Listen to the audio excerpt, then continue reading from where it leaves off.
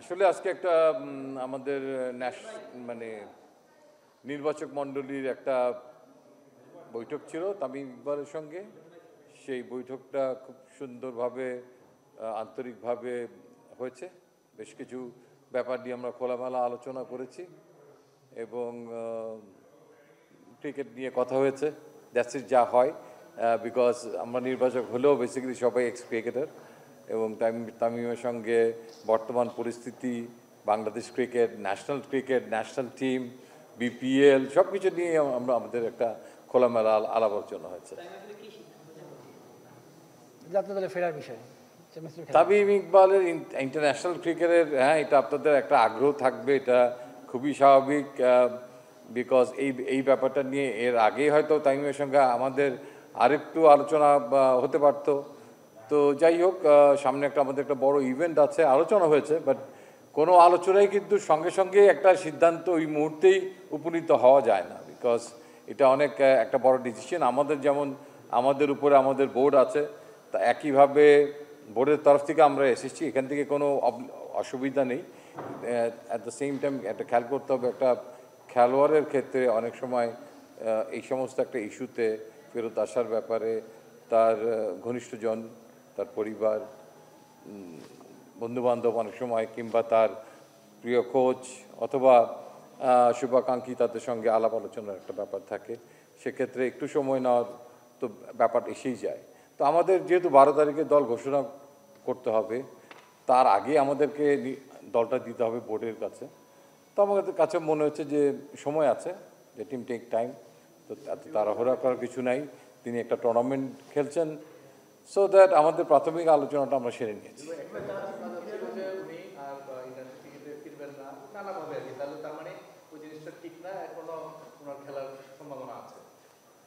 আমাদের আলোচনার বিষয়টা আমাদের মধ্যে থাক, এটা টোটালি প্রশ্নটা আপনার, উত্তরটা আপনার, সেটা ঠিক আমি সরাসরি উত্তরটা দিব না, যেহেতু আমি বললাম যে আমরা ব্যাপারটা আলোচনা করেছি এবং এই ব্যাপারে চূড়ান্ত সিদ্ধান্তটা জন্য আমাদেরকে একটু ওয়েট করতে হবে। তো সেই সিদ্ধান্তের জন্য আমরা একটু তামিমকে তো তামিম ইকবালকে তো একটু সময় দিতে হবে।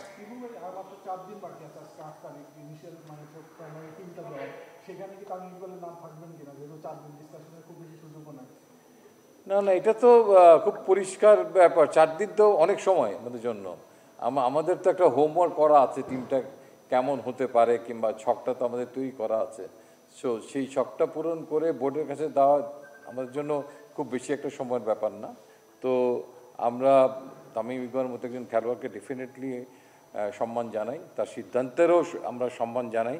তো সেই জন্য তিনি যদি একটু সময় নিতে চান আমাদের কাছ থেকে, তো আমার মনে হয় ইজ ফেয়ার এনাফ। এবং আমি বোর্ডের সঙ্গে কথা বলেছি, এতে তাদের কোনো অসুবিধা নেই।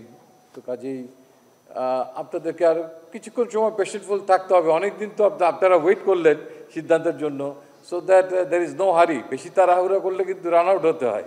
তো কাজেই আমরা একটু ওয়েট করি। না, সাকিবের ব্যাপারে কোনো ইনস্ট্রাকশন আসেনি। আমরা জানি যে প্রথম যে পরীক্ষাটা দিল সেখানে তিনি উত্তীর্ণ হতে পারেননি, আনফর্চুনেটলি। Is very shocking. আমাকে আরেকটু পরিষ্কার হতে হবে যে তিনি ব্যক্তি পর্যায়ে কিংবা আবার একটা পরীক্ষা অবতীর্ণ ইতিমধ্যে হয়েছেন কিনা, এটা একটু খোঁজ নিয়ে জানতে হবে।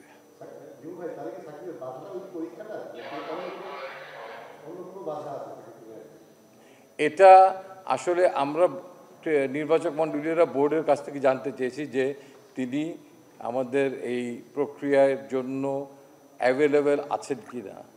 সেটা এখনও আমরা উত্তর পুরোপুরি পাইনি, আংশিক একটা পেয়েছি। কিন্তু যেহেতু আবার একটা শোনা যাচ্ছে তিনি অংশগ্রহণ করেছেন, তো সেটার জন্য ওয়েট করতে হবে আমাদেরকে। আসলে হয়তো every minute counts, but hopefully আমরা 1-2 দিনের মধ্যে এই ব্যাপারগুলো সম্পর্কে পরিষ্কার হয়ে যাবে। লিউ ভাই, তামিম ইকবালের একটা সাক্ষাৎকার, একজন সাবেক ক্রিকেটার সাক্ষাৎকার বলছেন তিনি ইন্টারন্যাশনাল মঞ্চে ফিরতে চান না, এবং আপনাদের সিদ্ধান্ত বসেছিলেন তার সিদ্ধান্ত জানানোর জন্য। যদি সম্ভবত বলতেন যে তিনি আপনাদের কাছে এমন কোনো কথা বলেছিলেন না যে ইন্টারন্যাশনাল ক্রিকেট তিনি কোনোভাবে ফিরতে চান না এখন?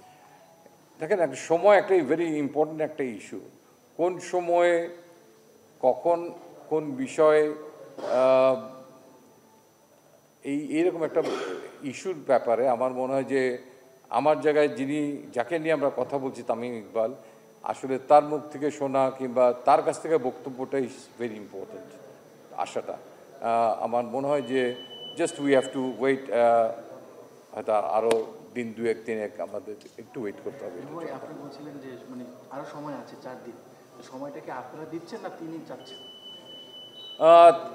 এই দুপক্ষে আমরা যদি চেতাম সময়, আমার বিশ্বাস তামিম ইকবালও দিতেন, আবার তামিম ইকবাল যদি সময় চাই আমাদেরও দিতে কোনো অসুবিধে নেই, যেহেতু সময় আমাদের হাতে আছে। আর at the same time Shakib Al হাসানের ইস্যুটাও আমাদের জন্য ইম্পর্টেন্ট, তার জন্য যেহেতু আমাদেরকে অপেক্ষা করতে হচ্ছে এই ব্যাপারটা জন্য, তো কাজেই এখানে সময় আমার মনে কোনো বড় ফ্যাক্টর না। আমরা নির্দিষ্ট সময়ের মধ্যেই আমাদের কাজটা সম্পাদন করতে পারবো। ক্যাপ্টেনের সঙ্গে কি আপনাদের কোনো আলোচনা হয়েছে, মানে টিমের ব্যাপারে ওনার মতামত কি নেওয়া হয়ে গেছে?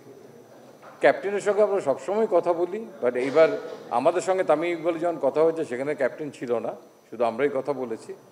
আর দল গঠনের একটা প্রাথমিক পর্যায়ে ক্যাপ্টেনের সঙ্গে আমাদের মত বিনিময় হয়, সেই মত বিনিময়টা পর্বটা আমরা সেরে রেখেছি, আজকেই সেরে নিয়েছি ইনফ্যাক্ট। তামিম ইকবালকে দেশের কে না চায়, সবাই চায়, আই বিলিভ আপনিও চান।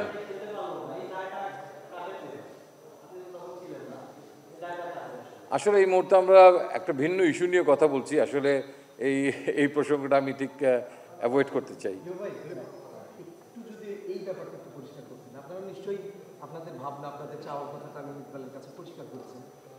তামিম ইকবাল ভাবনার জন্য বা তার সিদ্ধান্ত নেওয়ার জন্যে আপনাদের কাছ থেকে সময় নিয়েছেন, চেয়েছেন।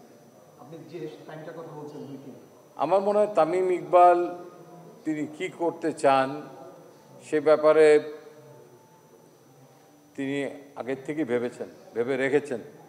আমার বিশ্বাস এত বড় প্লেয়ার, তারপরেও কোনো একটা কিছু ক্ষেত্রে কিছু সময় সংশয় সৃষ্টি হয়, তখন পরিবারের থেকে একটা পরিবারকে কেনা অনার করে, প্রত্যেকে অনার করে, তো কাজেই কোনো একটা ব্যাপারে সিদ্ধান্ত চূড়ান্ত করার আগে পরিবারের থেকে একটা মতামতের বিষয়টা ভেরি ইম্পর্টেন্ট হয়ে যায়।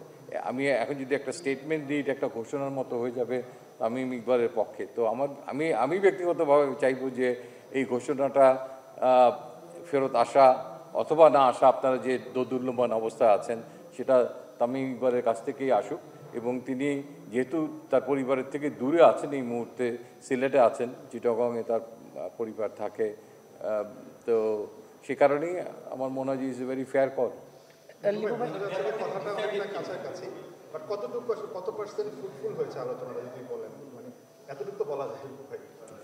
না, আলোচনা সবাই কেউ ব্যাট ঘনও ছাড়তে চায় না। এখন আমাকে যদি ব্যাট হাতে দেন আমি এখনও ব্যাট নিয়ে খেলতে চাইবো, কিন্তু কথা হচ্ছে যে ইন্টারন্যাশনাল ক্রিকেট আর ডোমেস্টিক ক্রিকেট এগুলোর মধ্যে অনেক অনেক বিস্তর ফারাক আছে। তারপর একটা খেলোয়াড় একটা বয়সের এমন সন্ধিক্ষণে চলে আসলে তখন তাকে অনেক কিছু চিন্তা করতে হয়। তো আমার মনে হয় যে, এবং একটা আমরা সবাই জানি যে একটা কিছুদিন ধরে তামিম ইকবাল ইন্টারন্যাশনাল ক্রিকেটের সঙ্গে নাই, তো কাজেই একটা মিটিংয়েই এসেই আমরা একদম সব সিদ্ধান্ত ক্লোজ করে ঘোষণা দিয়ে দিলাম, ঠিক সেই অবস্থায় বোধহয় ইস টু মানে আর্লি হয়ে যায়, অনেক বেশি তাড়াহুড়া হয়ে যায়। আসলে কোনো কিছু স্টেবল করে একটা কিছু বলার আমার মনে হয় অনেক যুক্তিসঙ্গত। আপনাদেরও হয়তো কিছু প্রসঙ্গ থাকবে, আমাকেও পাবেন ভবিষ্যতে, তামিম ইকবালকেও পাবেন ভবিষ্যতে। সো এই মুহূর্তে আমি বলবো যে জাস্ট যেহেতু দল দিতেই হবে 12 তারিখে, তো তার আগে হয়তো 11 তারিখে হয়ে যেতে পারে দল, তো এতটুকু সময় আই থিঙ্ক আপনারা একটু কষ্ট করে ধৈর্য ধরে অপেক্ষা করেন। তামিম ইকবাল দীর্ঘদিন ধরে ইন্টারন্যাশনাল মঞ্চের বাইরে রয়েছে, সেখান থেকে চ্যাম্পিয়ন্স ট্রফির মতো জায়গায় বড় টুর্নামেন্টে খেলানোটা আপনার জন্য প্রেশার হয়ে যায় কিনা? কারণ তিনি ইন্টারন্যাশনাল ক্রিকেটের বাইরে আছে, বিপিএল যদি ইন্টারন্যাশনাল ক্রিকেট না, সেটা T20 ফর্মেটে খেলা। আপনি কি তার মানে কোন প্রসঙ্গে বলছেন? জাতীয় দলে তার ফেরার বিষয়, সেটা দীর্ঘদিন ধরে জাতীয় দলের বাইরে রয়েছে, চ্যাম্পিয়ন্স ট্রফির মঞ্চে দেখে খেলানোটা কতটা যুক্ত হবে যদি সেদিন খেলতেও চান? এটা আপনার কাছে কি মনে হচ্ছে যে he is not fit enough? উন্নত খেলছে ন্যাশনাল টিমে, তামিম ইকবালের মতো খেলোয়াড় যিনি নাকি আপনি NCL খেলছে, আপনাদের মতো যারা প্রশ্নটা করলেন তাদের জন্যই বলছি, BPL খেলছে, সো দ্যাট তার যোগ্যতা নিয়ে কোনো সংশয় নেই।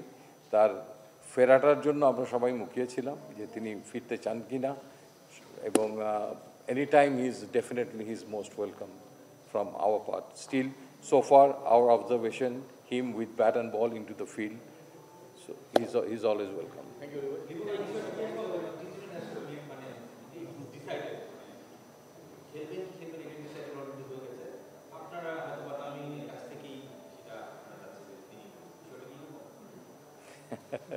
আপনি আমাকে আবার ফেরত ওই জায়গায় নিয়ে চলে যেতে চাচ্ছেন, তো সেই বিষয়টার জন্য একটু ওয়েট করেন, সাসপেন্স থাকুক কিছুটা, হ্যাঁ। তো আমার মনে হয় একটু ধৈর্য ধরেন। আমি খুশি হতাম আপনার প্রশ্নের উত্তরটা এই মঞ্চে এখনই দিয়ে দিতে পারলে, তো সেটা না করে বরঞ্চ ওই তামিমের মতোই বলছি যে একটু অপেক্ষা করেন, সেটা আপনারা সবাই জানতে পারবেন। Thank you. Thank you.